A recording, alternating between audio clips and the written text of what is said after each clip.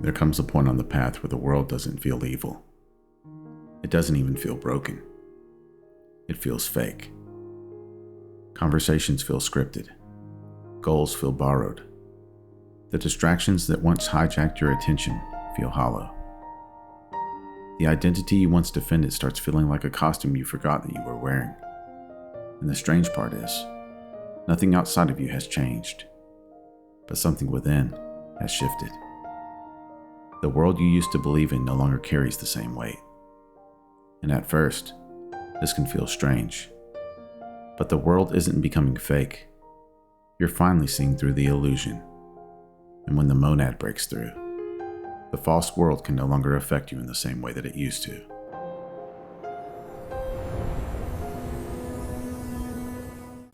The first sign of the monad breaking through is not always bliss. Sometimes it's disillusionment. You start looking at the world differently. Not with hatred or superiority, not even with the need to escape everything, but with a strange inner distance. You look at how people chase attention and laugh. You look at the endless noise and fake urgency, and something within you becomes still. You can still function. You still live your life. But inwardly, you're no longer hypnotized.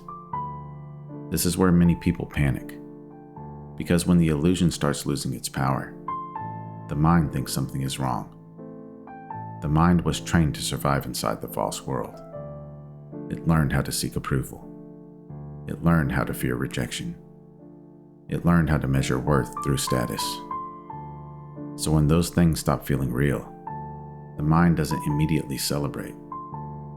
It begins to panic. But the deeper self knows. You're not losing reality. You're starting to see through the veil.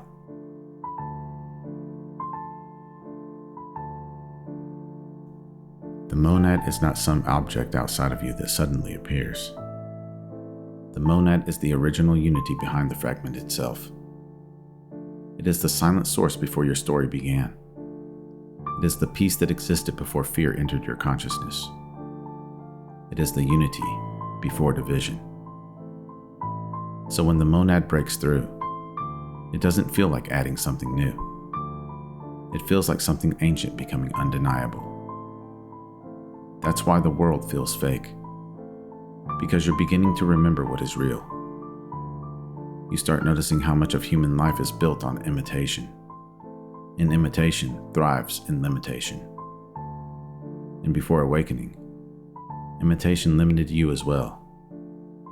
You learned the language of the false world. You learned what gets rewarded, what gets punished, and what parts of yourself had to be hidden. But the monad does not adapt to the illusion. It burns quietly beneath it. And when it starts breaking through, everything built on false identity begins to feel unstable. The false world doesn't need you to be anything. It just needs you to forget who and what you truly are.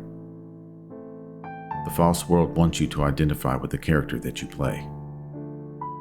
Your name, your wounds, your fears, your trauma, your failures. It wants you to believe that that is who you are. And for a while, you did. You built a life around the reflection. You defended the image. You compared yourself to others. You suffered when others did not admire you. But the monad is not the reflection. The monad is the light before the mirror. And when that light begins to break through, the mirror spell loses its power. Certain things will no longer work on you. Old temptations lose their appeal. Old fears lose their grip. Old conversations are unfulfilling. And old ambitions feel empty. You don't suddenly hate life, but your consciousness can no longer be sustained by the illusion. Your soul begins to hunger for truth. Not entertainment, not constant stimulation, not another spiritual concept, but truth. Direct recognition. The simple, silent knowing that beneath all appearances, something eternal remains untouched.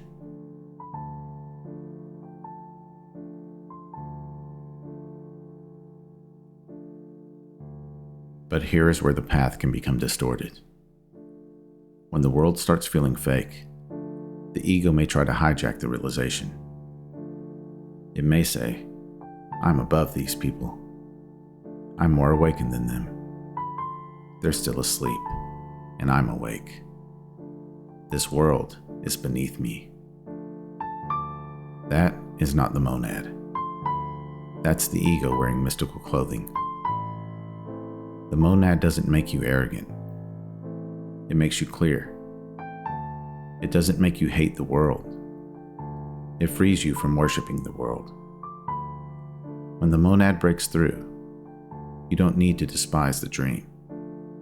You simply stop confusing the dream for the absolute.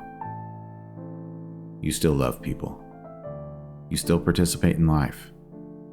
You still care. But you're no longer begging the false world to give you validation. That's liberation. You don't run away from life. You live it without being fully hypnotized by the illusion. The illusion still appears, but it no longer owns your consciousness.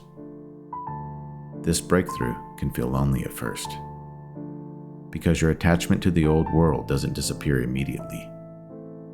You are still bound by energetic anchors. You still have to deal with people that you care about who are still fully invested in the illusion. You still have to live within the strange theater of human life. But now, something within you remains untouched. There is a still point beneath the movement, a silence beneath the noise, a presence beneath the personality. That is the doorway that's unlocked by remembrance. That is the monad breaking through the dream of separation. So if the world feels fake right now, don't rush to numb the feeling. Sit with it. Not in despair, not in cynicism, not in spiritual arrogance, but in recognition. Something within you is becoming too real to remain fully hypnotized. The false world feels strange because your soul is no longer completely asleep inside of it. This is not the end of your life. It's the first moment your life begins to belong to what is real.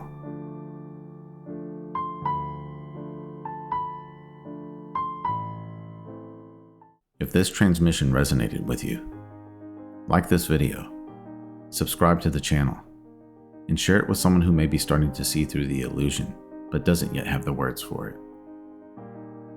Comment below. When did the world first start feeling fake to you? Your comments help build this field of remembrance, so others who arrive here know they are not alone on the path.